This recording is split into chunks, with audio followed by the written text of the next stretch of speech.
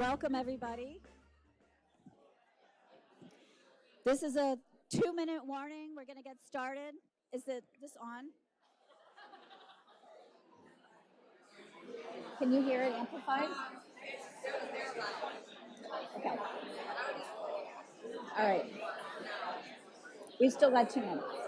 So I guess we'll bring everybody up.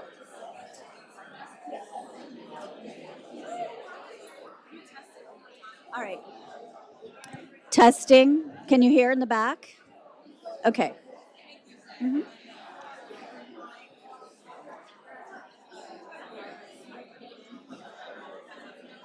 Do you know how to?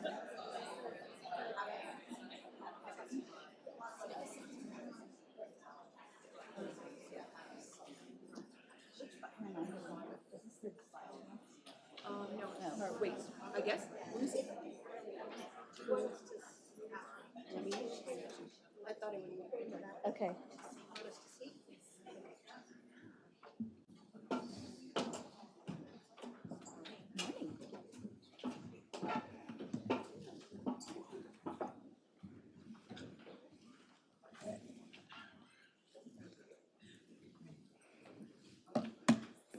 Good morning, everyone.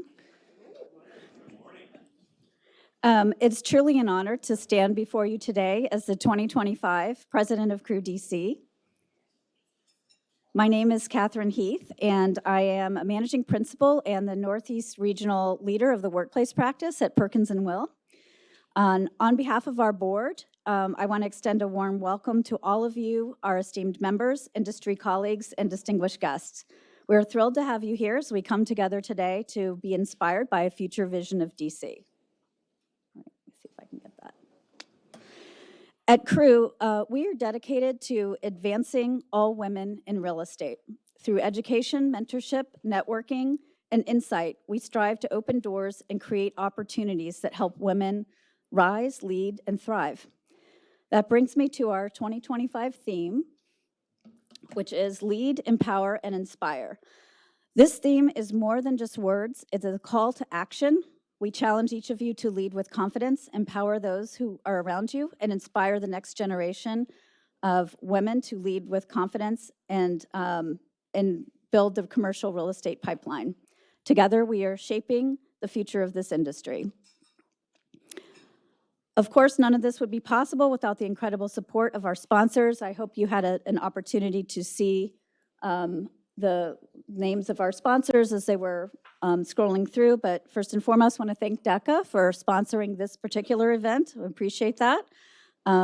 You allowed us to upgrade the technology here and get this recorded, which is really exciting so that we can share this beyond just this group. And also, the chapter sponsors, the premier lead sponsor, Amazon, our diamond sponsor, Capital One, and our platinum sponsors, Bialik and Miller Knoll, BXP, Cone Resnick, Colonial Parking, Cushman & Wakefield, Evans & Best, HIT, JBG Smith, Kimley Horn, Morris Manning & Martin, Fidelity National Title, and Perkins & Will. These are levels of support that really help us to advance our chapter. So thank you so much for that commitment. And thank you as well to our gold sponsors, our silver sponsors, and our bronze sponsors. All of you help us to achieve our mission. I also want to take a moment to acknowledge and thank our programs committee for their dedication and hard work in organizing this event. Co-chairs Martina Schneller from Ox Hill and Cecilia Kane from Cressa, board advisor Allison Johnson from the National Multifamily Housing Council, and event leads Leslie Davis from Danker and Brenda Sosa from McGriff. We so appreciate all that you do to bring outstanding programming to our members and community. Crew Network is also deeply committed to making a lasting impact through our foundation, where in the last 2 days of our spring campaign, if you donate at least $25 today, you might have seen this out at the registration table, you may add your name to a drawing for the lovely bottle of champagne that we had out there. Crew Foundation provides scholarships to support the next generation of women in real estate, ensuring we continue building a strong and diverse talent pipeline. 3 of these scholarship winners last year are from the DMV, Jana Franqui, Natalie Washington, and Deb Roblowski. So they are very grateful for the support that we have provided.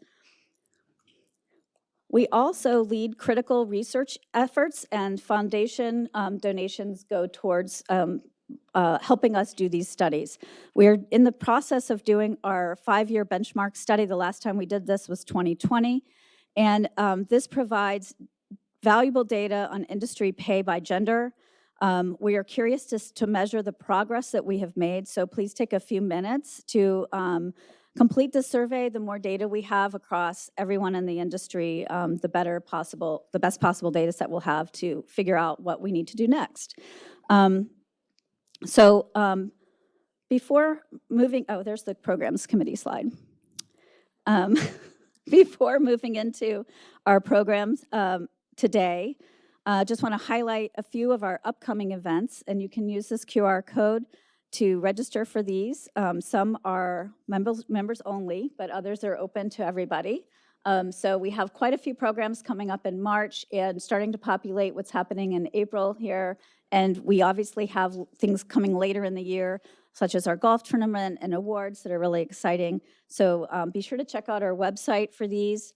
I want to highlight our next large program in conjunction with Earth Month. It is Powering the Future, Clean Energy Innovations for Data Centers and Beyond. We have the CEO of Dominion Energy coming up from Richmond for this event. There'll be a talk with him, and we'll find out about what they are planning to do on the infrastructure side to address the increased demand as we get more and more use of AI, powering whatever we do all day long. It's going to impact not just the data centers. This impacts every building in our region. So be sure to sign up for that. That is at the Willard on the 9th for lunch. And now I'm going to move into the program. So it is my absolute pleasure today to introduce the moderator, Mandy Whedon, as founder and CEO of Feroz Real Estate Advisors. Mandy works with forward-thinking companies to position their real estate and team to succeed during times of disruption. Mandy brings the relevant skill sets required to successfully navigate the shifting landscape of commercial real estate investment, sustainability, and technology. We are honored to have her guide today's discussion. Please join me in welcoming Mandy.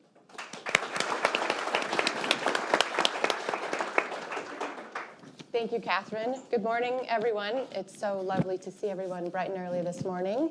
Thank you for joining us. Thank you for our panelists for joining us. Thank you to Sarah and the Urban Institute team for hosting us. I am greatly looking forward to this conversation. The plan for this morning is we'll hear from our experts on the panel. We'll dig into some specific items with them, and we'll have some time for questions at the end. But first, let's acknowledge that our region is experiencing upheaval. This upheaval is while we're processing the impacts, both immediate and future, of the actions of the federal government, including actions taken that impact our federal workforce and our footprint. Those actions also impact people personally, including many of us in the room here this morning. And those actions impact our industry, nationally and at our regional level. So that makes this conversation even more timely and vital right now. So with that happening in our world today, I'm so very grateful to be here with all of you to discuss an important topic. And our goal for this morning is to offer you a better understanding of how our region can implement inclusive, community-centric economic development tools so that we can build a more robust and resilient economy and community. A community where people choose to live here, choose to work here, and choose to spend time here.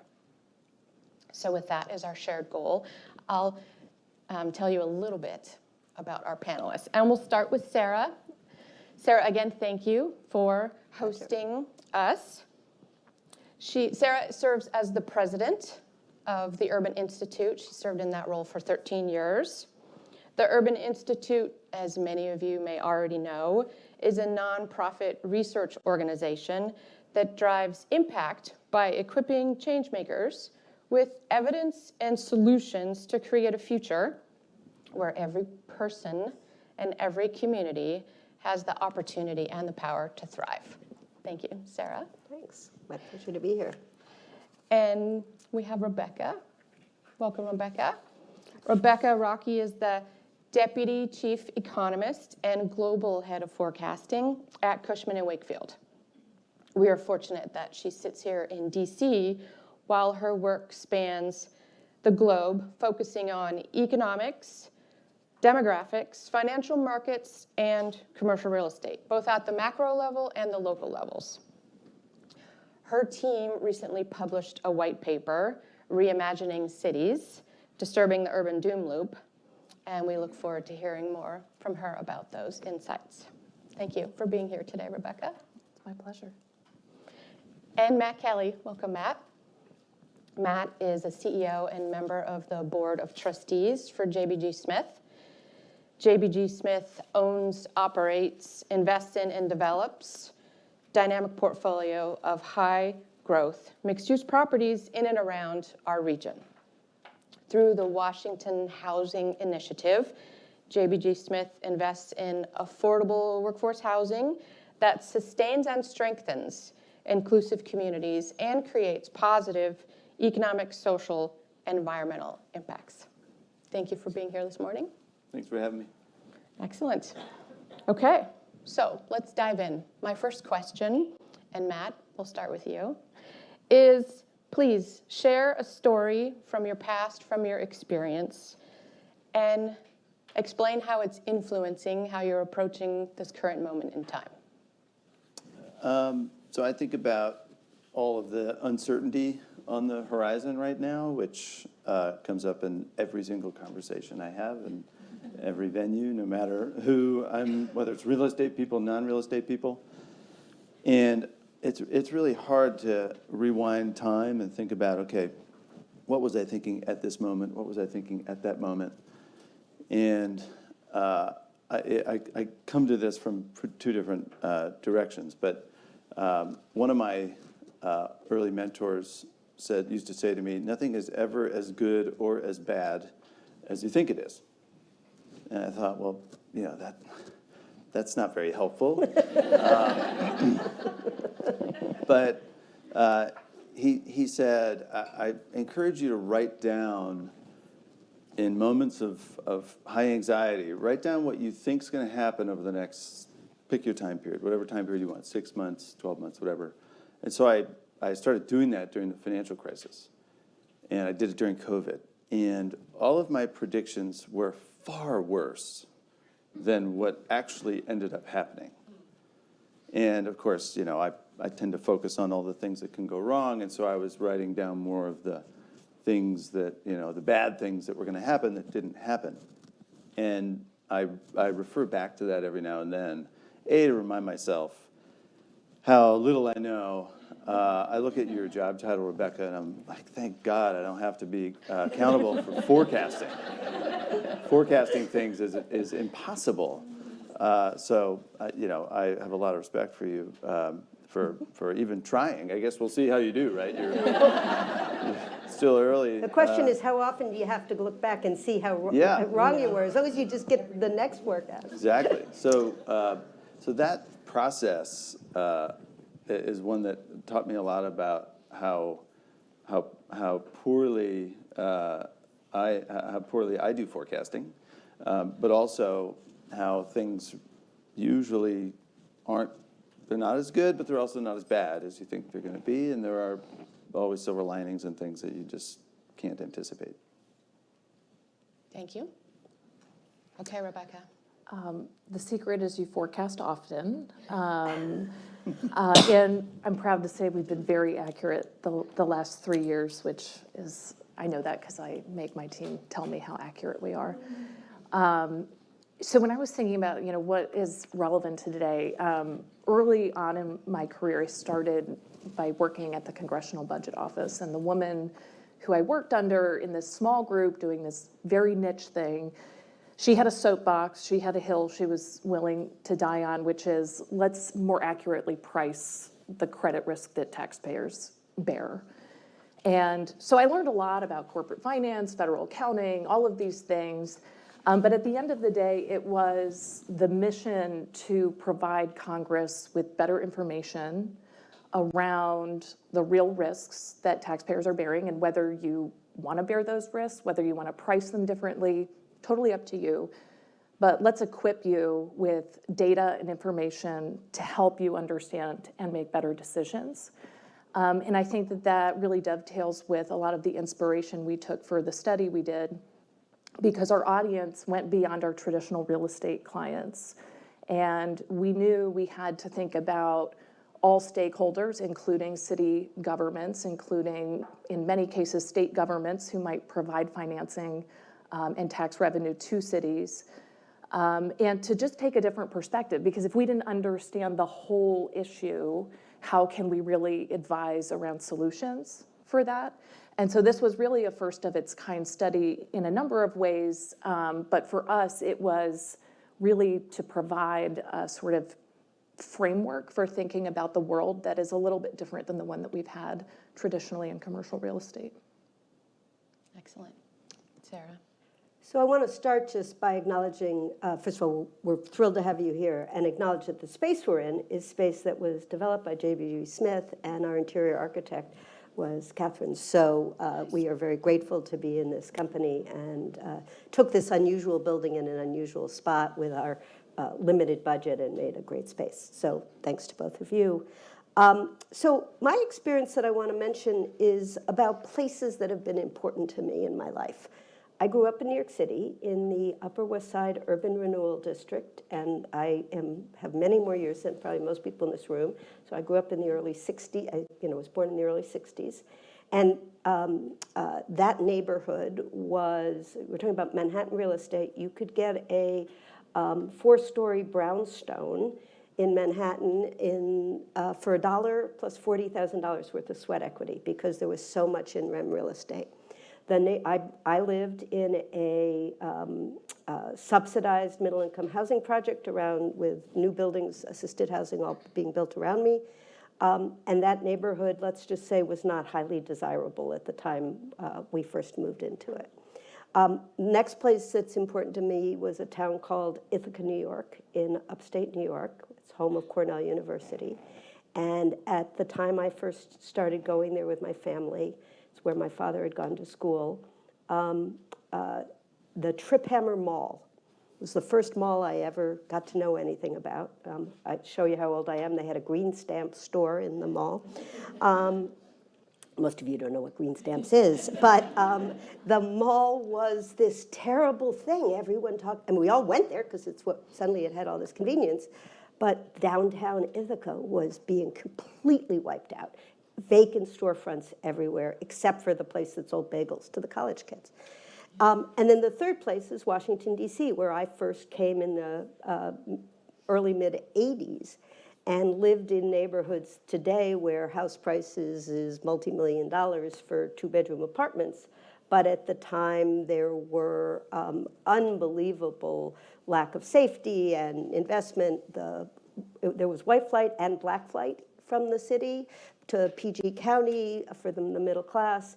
And everyone talked about how DC's economy was net out migration and was a downward spiral. And all three of those places have gone through at least 2 cycles of reinvention since I was first introduced to them. And they've been absolutely transformed, and they've hit roadblocks. The transformation has been great economic investment. There's been issues of displacement and disadvantage that have also come up in each of them. And then in many cases, I mean, when we moved into this building, the wharf didn't exist. It was in people's minds.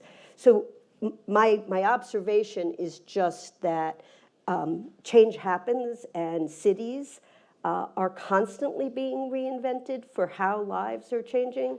And I think what we'll talk about today is the power of intention and really thinking about what we want that to look like and how we can try to continue to improve on prior efforts from the past to meet the needs of a modern society. Excellent. Thank you. Okay, so now let's take the opportunity to dive into some data, some context, and practical applications. And so Rebecca, would you pass that to her? Let's start with you. Can you level set for us about what is a doom loop and how can it be disrupted? And from your insights from your paper, share. We'd love to learn some specifics. Well, we're going to nerd out here for the next few minutes, and I'm going to make it a little bit more pleasant, and I'll give you some visuals. I think it's important to step back and understand what we did, because it's very different than the analysis CRE firms typically do. We have our submarkets, right, and we maybe look at the office market or the multifamily market. First of all, we threw out the submarket boundaries, and we said we're going to let the data tell us everything we need to know.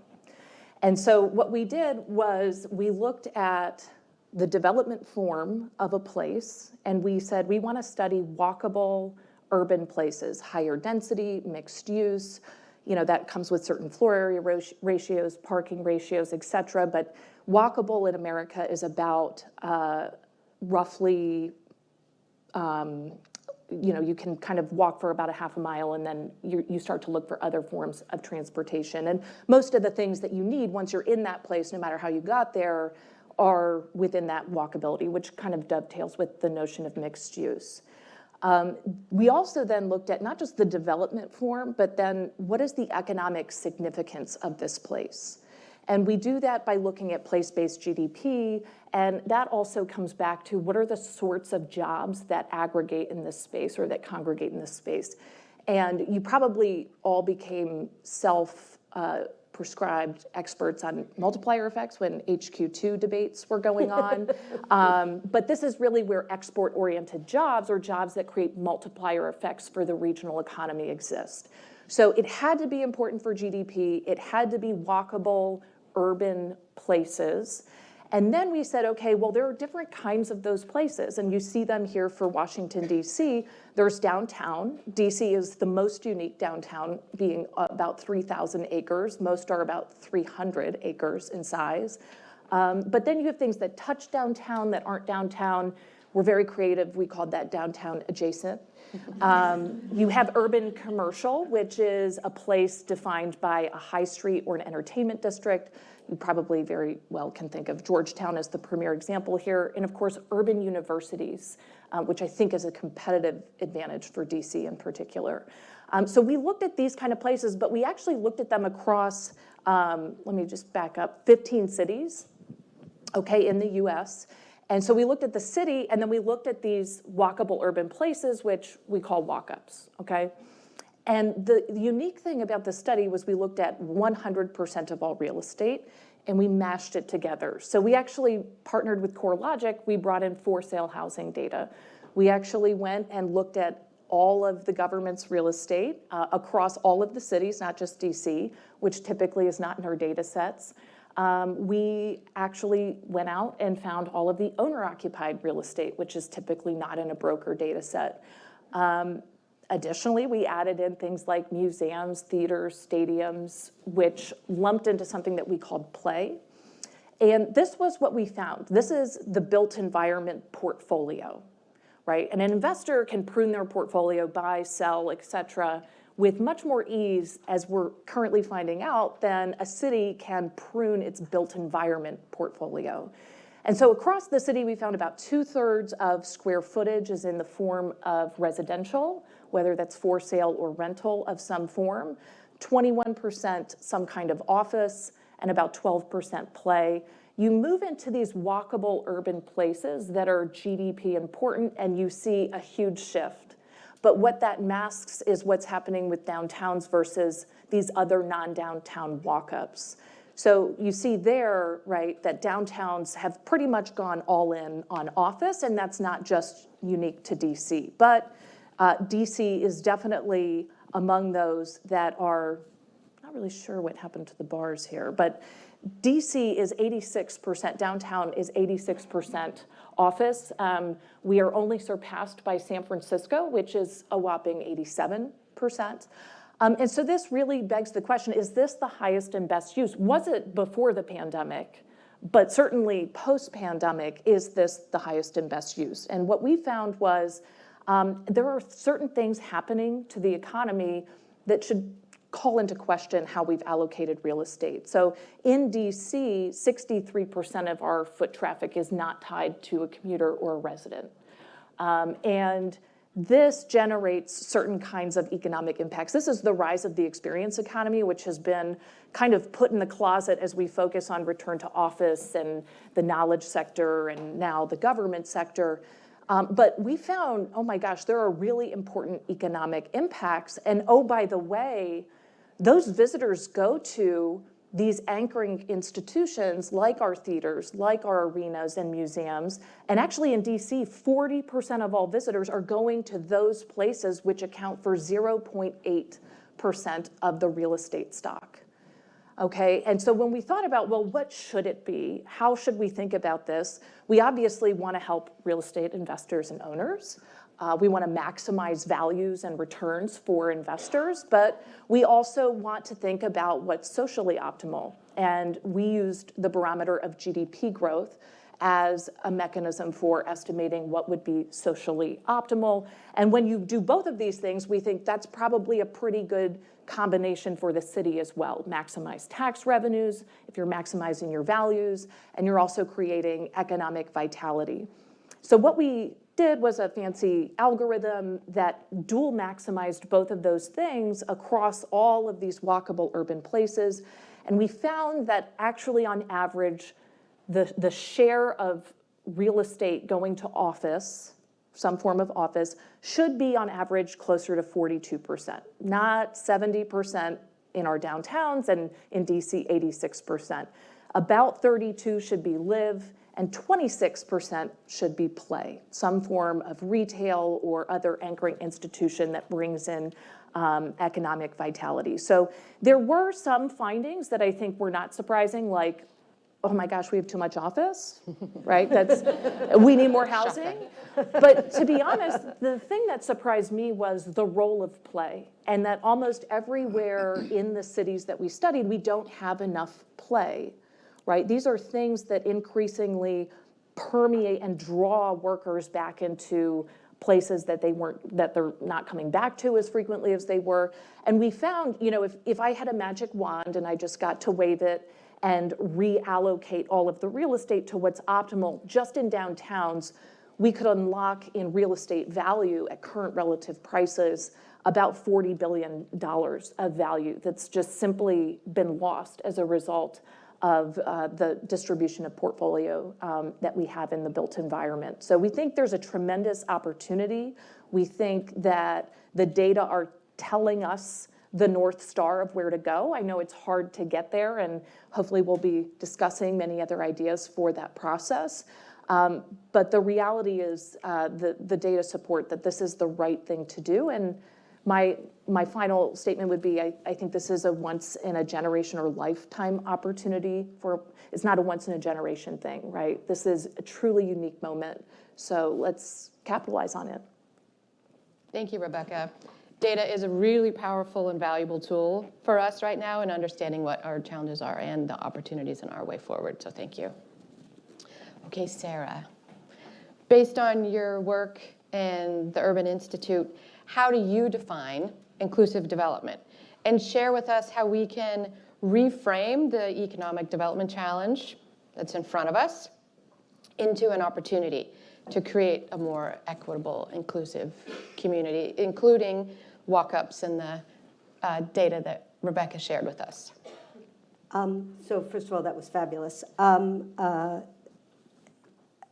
to talk a little bit about people, and in particular, talk about the sort of a premise that it is good for all of us, it is good for GDP, if we live in a society where more of the population has the opportunity to have a upward mobility sense of that they are living in a world where they have, we often talk about the autonomy, the ability, sense of belonging in wherever they live, and have a sense of ability to make lives better for their families.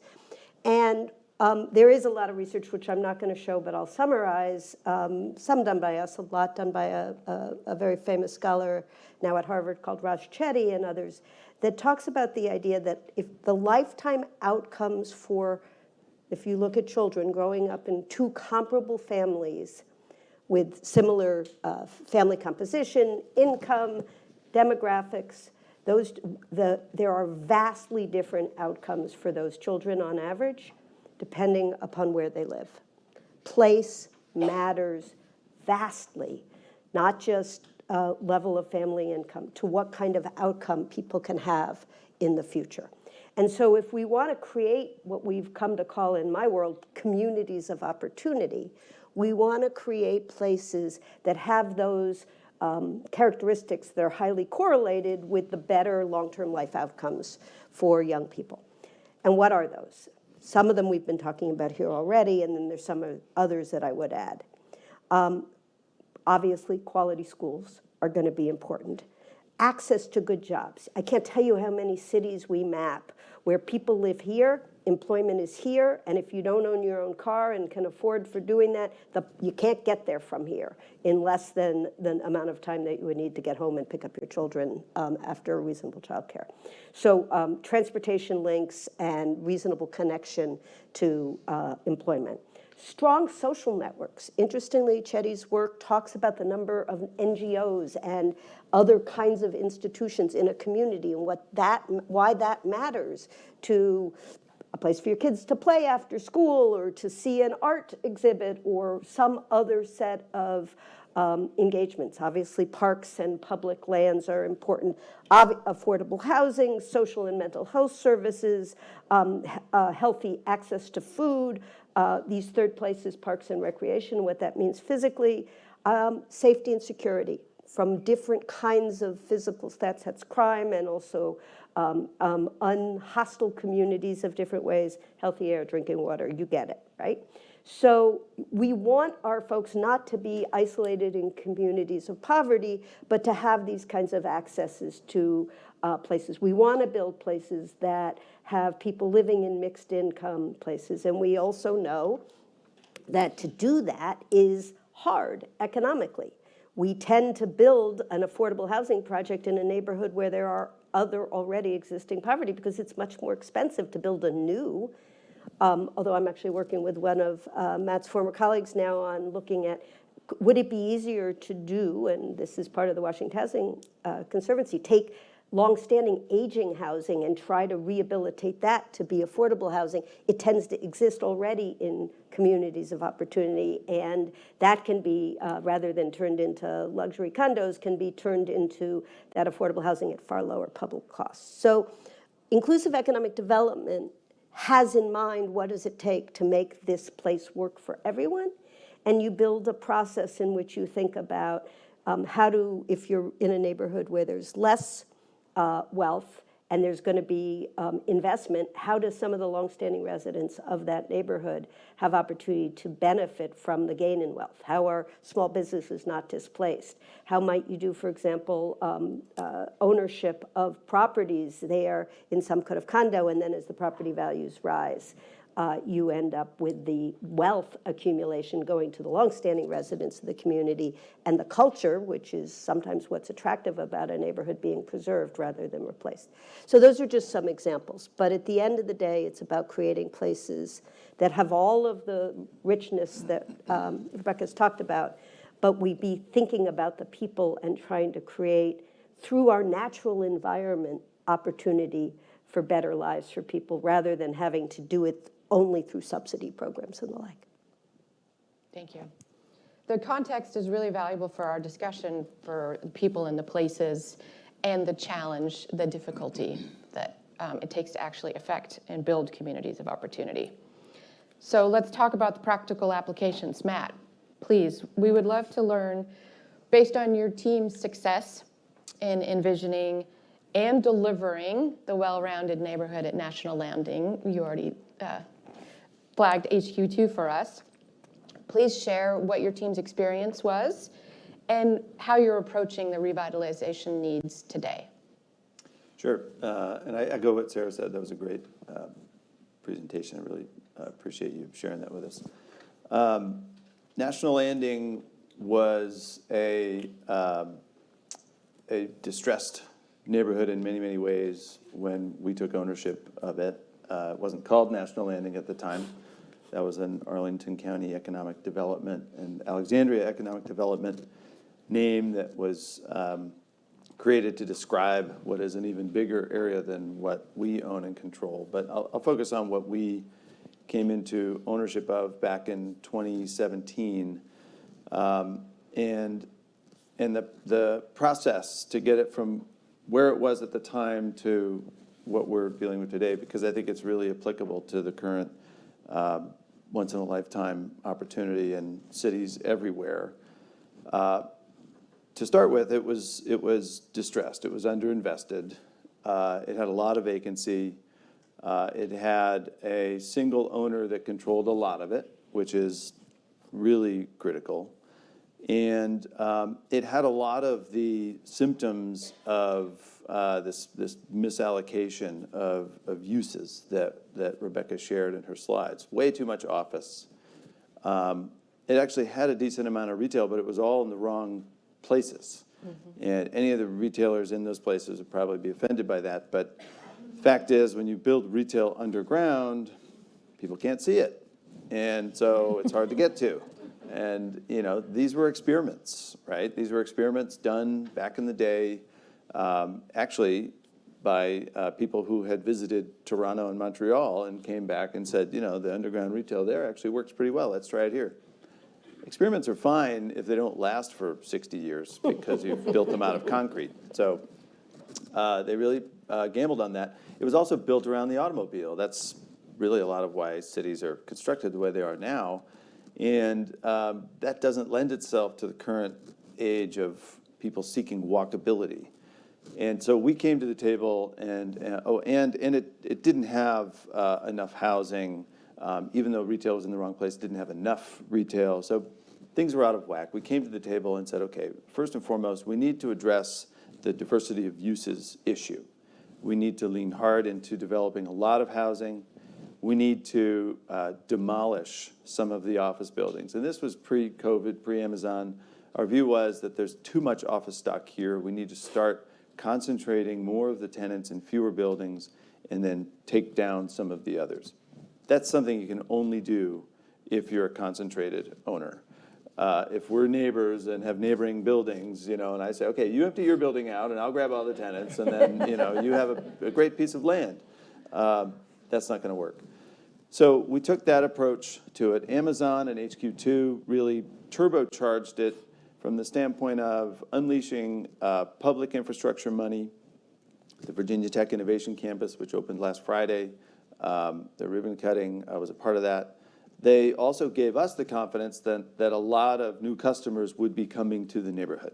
They didn't actually put any capital into our projects directly, but it was just a confidence factor that if we build this, they will come. The other thing that we did is we said, okay, we're going to do all of these things in terms of putting retail on the street, fixing some of the walkable streetscape, working with Arlington County to address some of the underinvested park spaces, addressing some of the infrastructure needs, reducing office, increasing housing.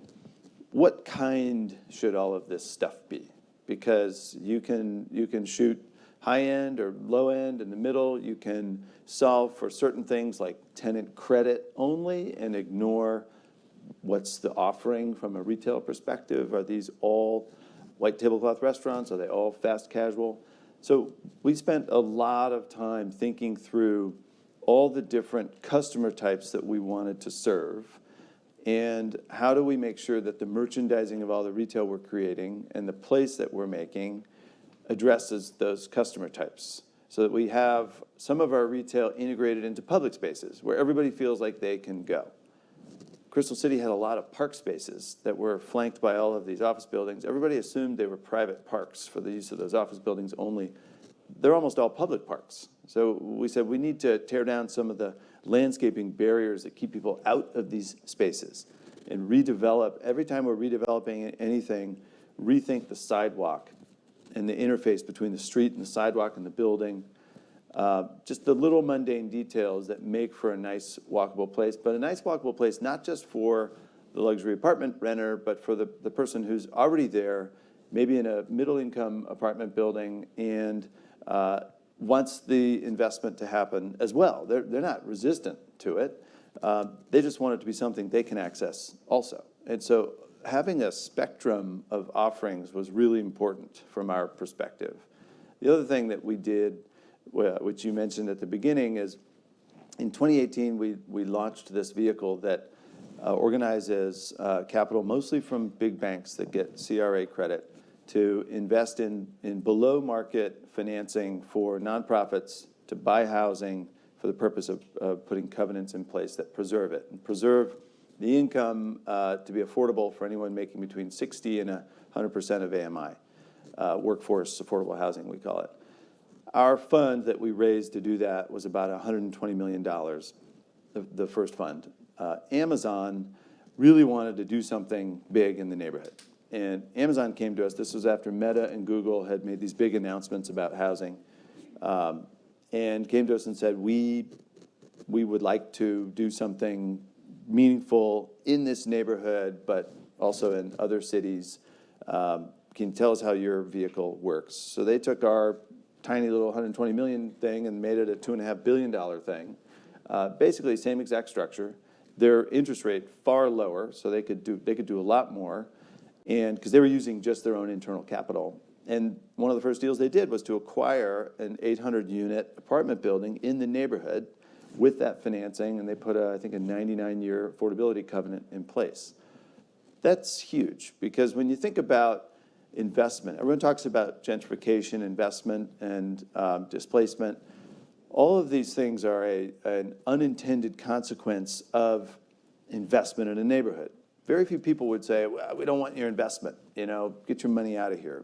Investment in capital is generally good for growth, but unfortunately, we don't do enough to address the unintended consequences of displacement. And this was a vehicle that really went towards addressing that by taking a spot picture of the residents who are there today and saying, we're going to preserve the affordability of this housing so that as all these other great things happen, you don't end up getting priced out. And that was something that we created that vehicle ourselves because we saw that happen in the Shaw neighborhood. We built 8 apartment buildings with a bunch of retail over the years, and then a lot of the longtime residents of the Shaw neighborhood weren't there anymore, moved out. And we thought, there's got to be a way, and we found our customers, we don't want that, our customers don't want that. People who choose to live in a city, they want to live in an integrated place that's, got a mix of everything. They don't want to live in a gated community. Those are out in the suburbs. Those are different worlds. And so this was a way to try to expand what we do to deliver more of what our customers are looking for, and to have a neighborhood that, back to the retail, every one of our retailers needs employees, to Sarah's point, who live close enough to be able to show up to work and to be part of the neighborhood. It does create a virtuous cycle of residents and employees and customers for everything that we're building there. And so far, it's been working pretty well in National Landing. Excellent. Okay, so execution is key. So let's talk about the reality of our market, and many markets, not just ours. But the reality is we have fragmented ownership of all of our buildings. So given this, what factors do you believe need to be in place to allow the private market participants to engage on their building by building project level so that we can still achieve the integrated result that we want across our city? And so, Sarah, I'd love to hear your thoughts on this. So we'll make 2 points here. One is partially back to the last conversation, but also relevant. And then I want to talk about this opportunity in DC to solve the problem that Matt had the opportunity to solve in National Landing. So the first thing is that there are a lot of ways in which we try to create development that has multiple ancillary benefits, right? We want the development that we do to be climate friendly and environmentally friendly, and to make sure that it is going to have neighborhood friendly for the longstanding residents in different ways. You don't want to have so much density in a low density place. You want to sort of figure out how do you deepen the density in ways that are still going to be comfortable for the neighborhood. You want to make sure that it's inclusive and that you're creating good opportunities for longstay. All of these are good things. And we have built processes into our local, state, and national policy making that then help to protect these things to different degrees. And the problem is that when you're done putting in place processes to control for each of these different things, you end up with policy that makes it very hard to build anything. If everybody here is in commercial real estate, everybody here has been through that process, even if you're trying to build a couple of townhomes someplace, or even higher density housing of different kinds. We've got to figure out how you do faster. The housing crisis in this country, the lack of supply, the mismatch between the population growth and the housing that we have been producing is one of the deep challenges that I think is partially helping to drive the inflationary pressures we have, and lots of other issues. And I think political dissatisfaction because people don't see their kids can ever get out of their basements. So I do think we have to find a way to accelerate the pace at which we can build. And I think there are two ways to do that. One is to privilege the good and just have templates that say if it looks like this and it solves for this, or it optimizes, not perfectly everything, but you get points for the things that you do that are good, then we speed all kinds of review and approvals and other things, and find different ways to privilege them. And the other thing is when you can develop, and this is my transition to your question, when you can develop at scale. And it is very hard to do what Matt was able to do in National Landing, but our town is about to be given a gift of the chance to do that at some significant scale, because we have a combination of still a good bit of kind of pretty shitty commercial real estate downtown, technical term, and we have now federal buildings that are, pretty much past their useful life in any event, but also disfavored architecturally to our current president. And so we're going to see a bunch of federal projects close to where those walkable pedestrians are showing up, and where we have a real chance to reimagine use. And, I think DC for a little bit was thinking, can we just go back to 2019? Let's just get everybody back into the office, get the federal workers back, get all the employers to tell our people to show up 5 days a week, and we're going to be fine. And we're never going back. But we have a moment, an opportunity to reimagine the workspace. So it's a place where people come together to work together when it makes sense to be together, and then to go home and do the things you can do in your guest room instead. And it's a chance to have many more of the places that Rebecca brilliantly identified will help make our cities grow. Rebecca, how do you see this?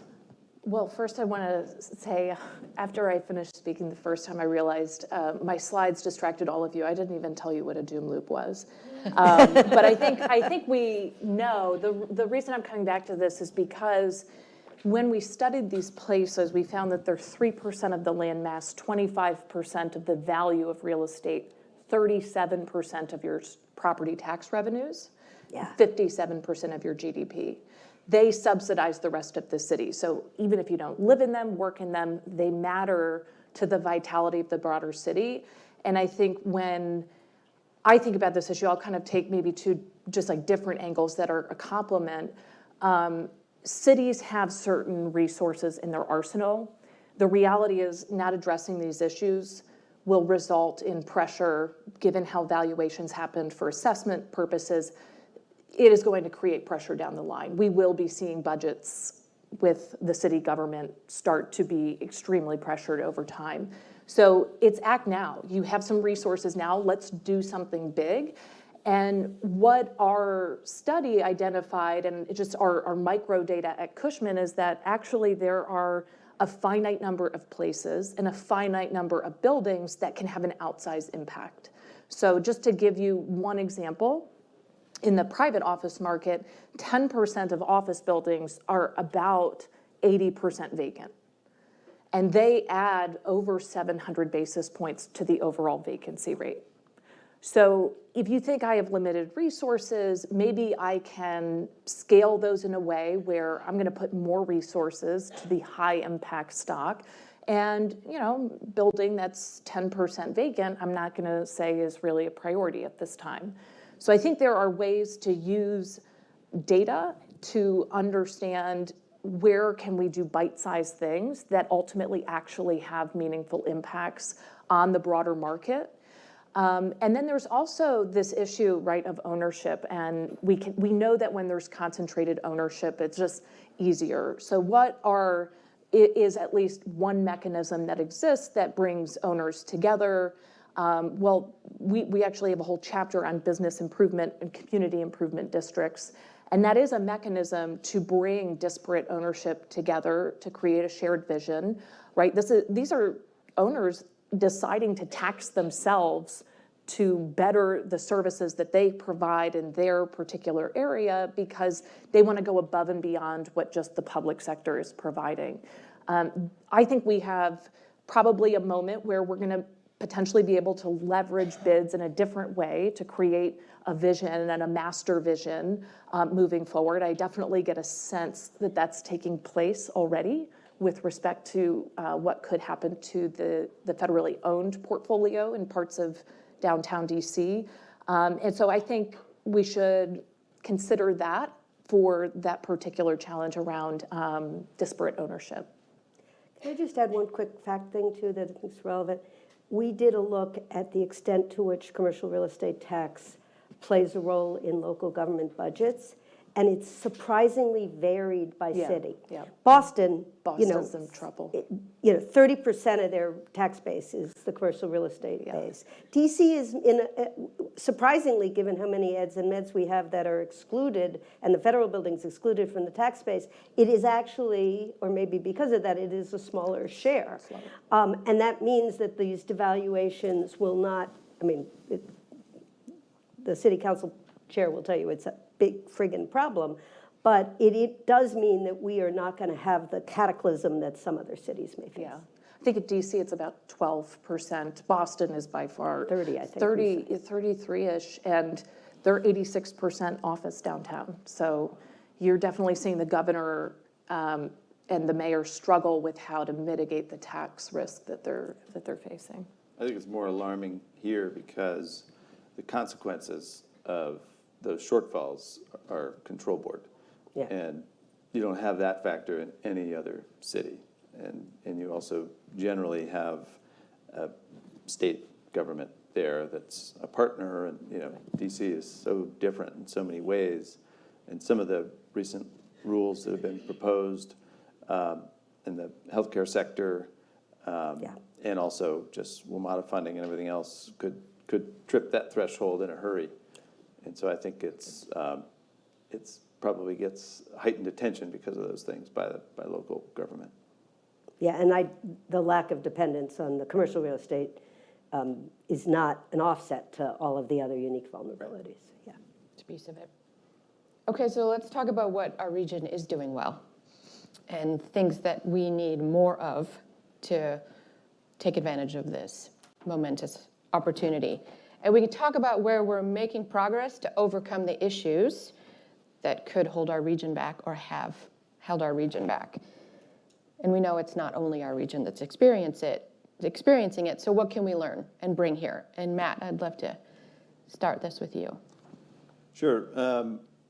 When you think about what we're trying to solve for, if you could wave a wand and convert a lot of these old clunker office buildings that are mostly vacant into other uses that are more economically productive and that addressed a full range of participants in the economy, that'd be a huge win. As I was describing earlier, it's hard to do that if you don't you don't own it all. It's hard to get there if you have a very fragmented population of owners. When I think about what we can do that works or what we have, I think back to examples of what DC did the last time it was going through real hardship. And I credit Mayor Williams for really having been the architect of a lot of this stuff. But DC and the powers in charge at the time recognized that if you give the business community, the investment community, a lot of certainty, and you take away the as much of the risk as you can, then they will pile in. And I always tell people, DC has way too many developers. There are so many competitors and developers here, more than any other city per capita. It's really kind of extraordinary, especially for those who are invested in multiple geographies. You know this is true. And developers are also notorious for ignoring red lights on supply. I've got 10 neighbors all building something. I should go build something too. I mean, they're just notorious for that. And so that's a great thing if you're thinking about trying to stimulate investment, just to know those facts. And what Williams did is he basically cleared the brush of process out of the way and rewrote zoning rules so that you could come in and just pull a building permit. You didn't even have to go through a process of any kind. You just filed your plans and said, I'm going to go build this, and boom, you go build it. And a lot of the regulatory burdens that fundamentally amount to a tax of sorts were taken away. Inclusionary zoning, there were no sustainability payments. You didn't have to spend a couple $1 million and wait a year, 2 years to know whether you could build something or not. So that was huge, and it worked. When you think about scale, we have an example in this region of a jurisdiction that tried really hard to force this cooperation, and it was in Tyson's Corner. They tried to say, I forget what it was, I think it was 20 acres. You couldn't come forward with a plan for approval under the new master plan unless you had 20 acres of owners together. I may have that number wrong, but the idea was we want this to be coordinated. The issue is nobody can agree who's going to spend the money on the master planner or the designer to come up with and it didn't really work. The other examples in DC that have worked have been these corporations where the district basically took back and owned a bunch of property. You need money to do that. But in some ways, that can be the simplest way to get there. If you have a bunch of buildings going through foreclosure, just buy them. Mm-hmm. Buy them and aggregate them and consolidate them. Another thing that I've seen happen in some other cities where you can give people fast-track approvals. You can do it across the board, or if you want to focus investment in concentrated areas, you can designate that in these areas there will be fast-tracked approval, or there will be subsidies for certain things, or tax abatements. Or if you come forward with a plan that's 2 million square feet in the aggregate, you don't have to do any of these things. There are a lot of different ways to incentivize and subsidize people, and the market's very reactive to money. If you just throw money at it, you'll get more of it. Sarah, any examples or any things that we should focus on? So let me do one thing that's even harder in this region than anywhere else, and then I'll say 2 things we're doing well. The thing that's harder is the ways in which our 3 jurisdictions are, not just different towns in our area, but totally different states. And it makes regional planning here even more challenging, and the competition between particularly Maryland and Virginia right now is in various different ways. Virginia winning, by the way, is very complicated. The mayor would like to be the hub of all of this, et cetera, and it makes but both of the governors care about upstate as well as downstate in a way that makes it hard for them to develop shared strategies. So a couple things that I think are important in response to that. The first is that we have, I think, a pretty good COG and we have worked with that around housing. So back in, God, this is when you and I first met, so probably 17, the region was looking at the enormous shortfall of housing. Urban, working with the business community, developed a set of essentially how much housing at affordability to whom does each of the jurisdictions in the region need. We worked with the COG that developed related estimates, and then 7 of the 9 major county jurisdictions in the area all agreed to set targets for those numbers. Now, I will tell you, the closer you get into downtown DC, the better those jurisdictions are doing at meeting those numbers. Part of that is because they are producing multifamily housing, which is easier and faster to do. And really only DC is doing a lot of it, meeting anything close to its targets for that which is affordable on those plans. But that was an example, in this case, of a cross-cutting look at a need in the marketplace and trying to do some integrated planning. And I think we need to do more of that. The second thing that's worked is that when the jurisdictions can't get their act together, the business community sometimes does. And I think of that around transit in the region. I think of things like the Washington Housing Conservancy. Greater Washington Partnership has tried to create a regional mindset and then sort of attract the political actors to strategies that start to get defined ahead of them. And I think there is, I'm a little bit of a broken record because not every business member of the business community wants to own every policy issue and they have their own agendas, but I do think we have to rely on our business community to create some of this vision and plan for how we want to be as a revitalized city, and one that works for a broad array of people, and then do the same for the region. And not perfect, but I see some promising signs there.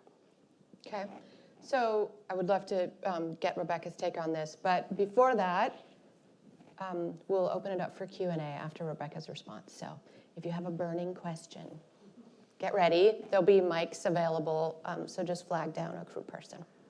Okay, Rebecca. So I'm going to leave DC and just throw out observations from around the country, and then personal observations having moved back to DC from Manhattan and having been sort of privileged to sit down with the DC Mayor's Task Force. The mission to revitalize downtown DC is being co-led by a woman on our board, Jody McLean, the CEO of Eden's. And so some lessons from around the country I would highlight with respect to social challenges around homelessness, crime. These are part of the fabric of our cities, and addressing them, especially from an equity perspective, and creating an environment where people feel safe and they are comfortable coming back to the office and things like that. And that's a real issue occupiers bring up to us that was not necessarily a topic of conversation at the top of the list in our big cities in 2019. Denver has really stood out as having an excellent model that's addressing a number of social challenges. So if you're not familiar with what they're doing, I encourage you to look at that. I also think Nashville has done an excellent job over the last few decades of engaging through their civic center, the communities of Nashville, to understand what they want to create a place where their children are going to be able to live, right? And that gets attention in a different way when you start saying, well, you know, where are the children actually going to live? And that kind of brings me to my point about my discussion with Jody, and Richard Florida was like speaking at this event. And, you know, we need to also consider in the inclusivity conversation, multi-generational elements. I have a 2.5-year-old, and I can tell you the number of things that I'm willing to do bringing him into the district are very, very limited. And so when we think about play, when we think about what does that ecosystem look like, cross-tenancy that creates a number of options for income levels is important. I think also creating places for a multi-generational community is really important. I had a disturbing finding recently. I was looking at updated population data because when I had free time, that's something I would be doing. And I was really disturbed to see that the cities, like where the city is in a metro area, that the city itself is losing children very, very rapidly. It's not as bad here as in LA or Chicago, which really stood out to me as the worst. But, you know, you kind of start to think, what does that look like in 15, 20 years? Is that a place we want to be? I think creating opportunities for families in this conversation is also a really important one. It's not just what Nashville did so well, because of course they have Music Row, and the residents there said, we don't want Music Row. We don't want to go there. We're not interested.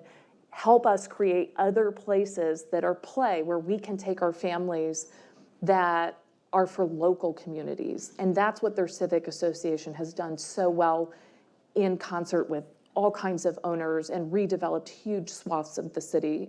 So I think there are great lessons to be learned as we look at our neighbors around the city.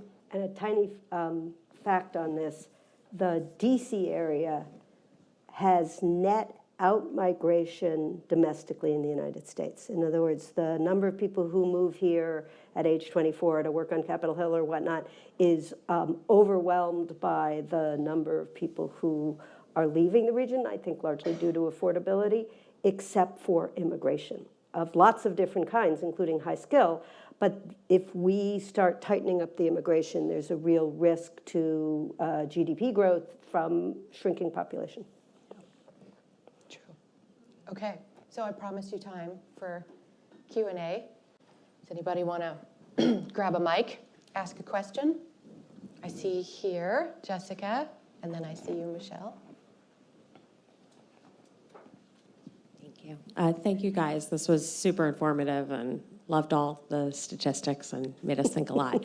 How would you quantify, or what's your thoughts on artificial intelligence and how that's going to transform the economy, our region, and just the knowledge workers in the area, both now and as AGI keeps developing and, opens us up for more high-level thinking, but takes away maybe a lot of jobs. How do you see that impacting the region? I have thoughts. I don't know if you. Why don't you go I ahead? feel like you're going to also jump in. So I think it's actually a really exciting thing. So far, there are many more workers and individuals who say, I'm using AI in some way, and actually many fewer companies. So it's obviously the case that workers are way ahead of their companies, and that may be good, bad, or a little risky. However, so far, what AI has proven to be incredibly powerful at is complementing work, making you more efficient and effective. Now, so far, that may show up as personal utility, like I just got this thing done way faster, and so I'm gonna go to the bar and have like a happy hour. When companies are under pressure, potentially in a business cycle in the future, you might see that utility is then transferred to the company, and they say, oh no, you finished early, now do this.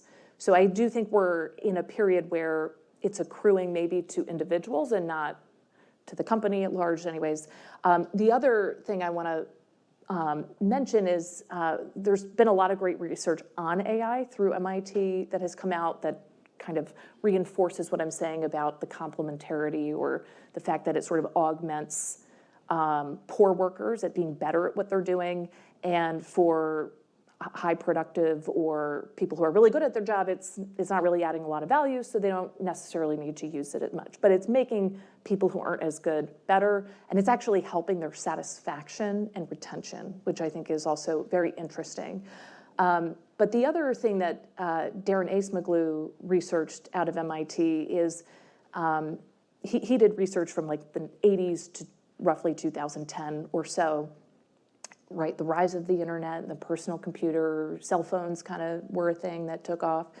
And he found, half of all job growth is coming from jobs that never existed before. And I think we've been down this path before. It might be happening at a different pace. Agriculture was a thing, right? At one point, we now produce more stuff in the ag sector than ever before with way, way fewer workers. And then that happened to manufacturing. We're at the beginning of this happening with the knowledge sector, but we're also seeing the rise of things like the experience and the creative economies that are just going to change the fabric of jobs. I think for this region, I'll end by saying, I think, you know, the cyber risks that exist the ecosystem that develops off of this creates a lot of employment opportunity. This is an incredibly well-educated, high-skilled workforce.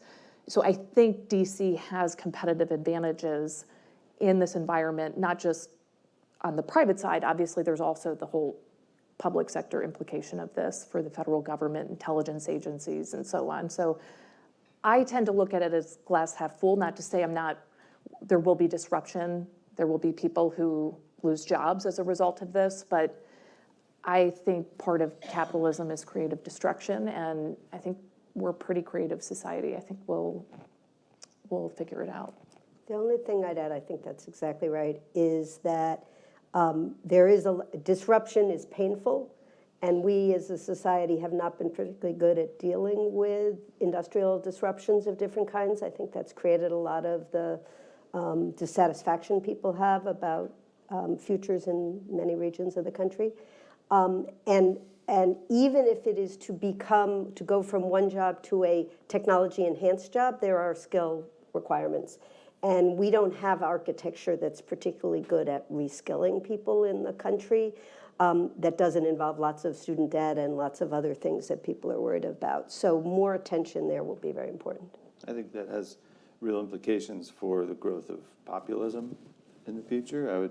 I would be long populism, not short, in an AI-enabled world. I do think this region, on top of the things Rebecca mentioned, when you talk to people who are deep in the sector, they talk about AI almost exclusively in terms of defense, national security as another chapter in the arms race. And we used to be maybe 2 years ahead of China in terms of the evolution of our industry. Maybe now we're 6 months. And every part of the defense apparatus is laser focused on how AI can be deployed in our national defense and to address global security priorities.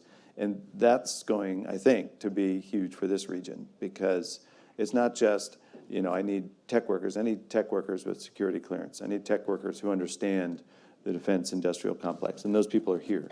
The other thing that we're obviously, that we benefit from is having, been where the largest part of the internet started, and the data center prevalence that we have here is only going to grow. And Virginia is pretty forward-thinking on the energy and power side of things. You talk to anybody in that sector, they're all very worried about what happens in 2, 3, 4 years when we have power capacity issues butting up against the demands. When customers say, why is heating my house costing this much just to pay for that data center over there? So that's got to be figured out. But Virginia has actually done a really good job so far in making advancements and trying to build infrastructure to stay ahead of it. And as the data center economy and data center world continues to grow to meet the needs of AI, this region is going to benefit disproportionately because of the infrastructure we have. What do you attribute Virginia's success in that to? Related somewhat to the things we talked about before, but they've been doing it for a very long time. So data centers have always needed a lot of power. And Virginia has, for decades now, been building the pathways to bring power online, to deliver it, distribute it.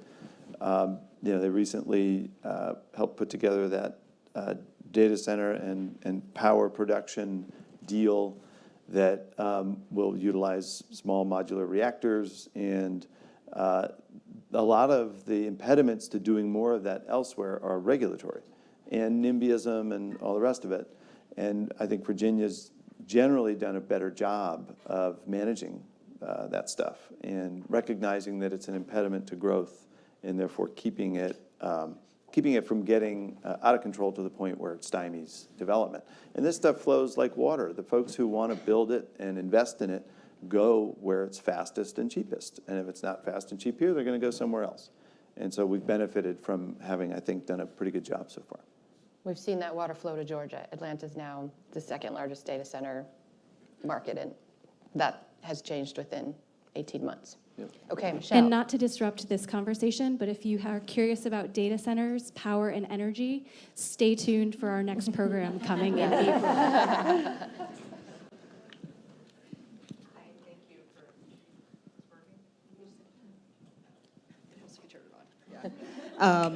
So the question I had was a little bit more specific to how you're looking at developing these communities. Some of the things that I don't hear about often are religious institutions and then aging populations. And how does that factor into how we look at DC and how we redevelop it? Well, I'll just say one thing that, interestingly enough, religious institutions have been amongst the first to try to decarbonize because they tend to have a lot of roof space and high energy costs. And there was a good bit of money in the Greenhouse Gas Reduction Fund for that I fear may be pulled back. But could be an important part of then modeling behavior and decarbonize. One of the things we haven't talked about is how do you decarbonize the energy demand of older existing housing so it doesn't become unsustainable and unaffordable. So I do think that's one way. I generally think when you talk about the characteristics of healthy communities that create opportunity, they're critically important. And let me just, Rebecca hinted at it, but people are interested in even different forms of housing that allows for multi-generational living in ways that we don't have models for. We don't have zoning plans for. You know, we can't create an apartment that has more than 3 bedrooms. So the only choice is a single-family house where those end up being. We have to do a lot of work to reimagine how we live, just like we have to do work to reimagine how we play for that reason. But I don't have grand solutions for you.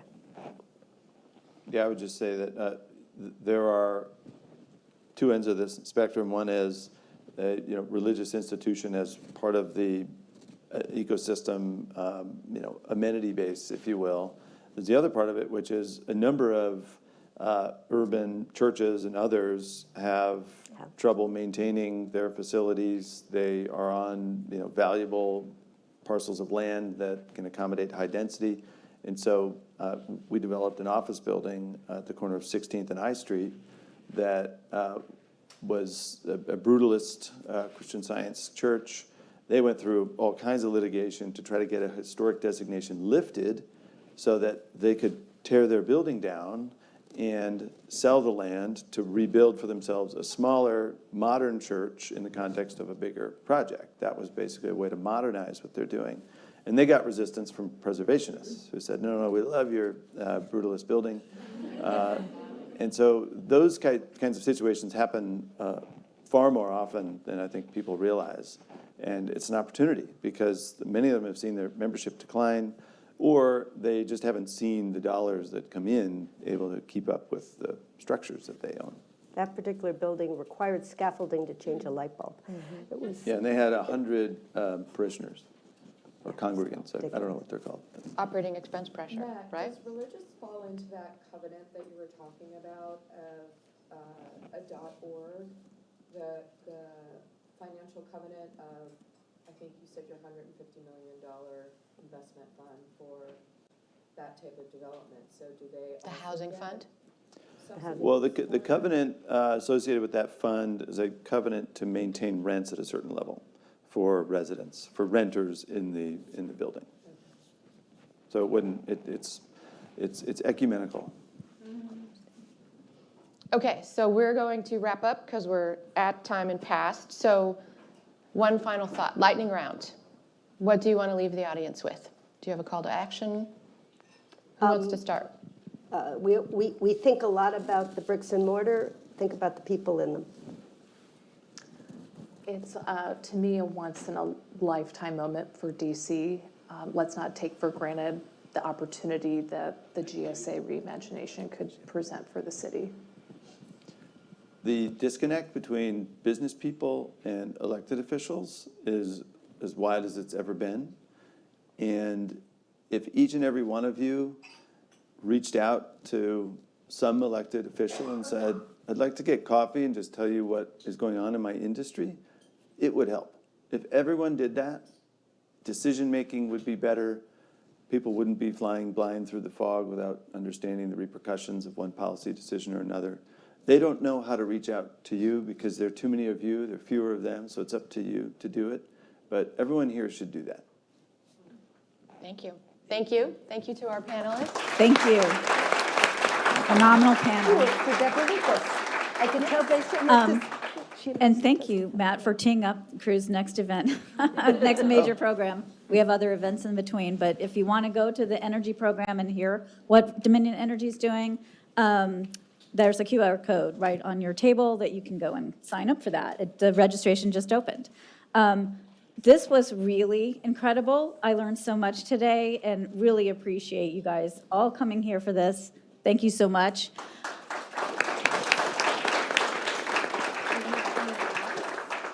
And one last thing, we do have a bottle of champagne to give away. If you donated through the QR code during this session, you can add your name into the pot real quick. And if not, I'm going to choose a name, and you can walk out with that bottle of champagne today. So, Karen, if you want to bring me that. Oh, nobody put their name in. Oh, Everybody's well, so generous. thank you all. Thank you, guys. So we'll bring that to the next event. We'll do it there. Okay. Thank you, guys, again. Thank you. All right.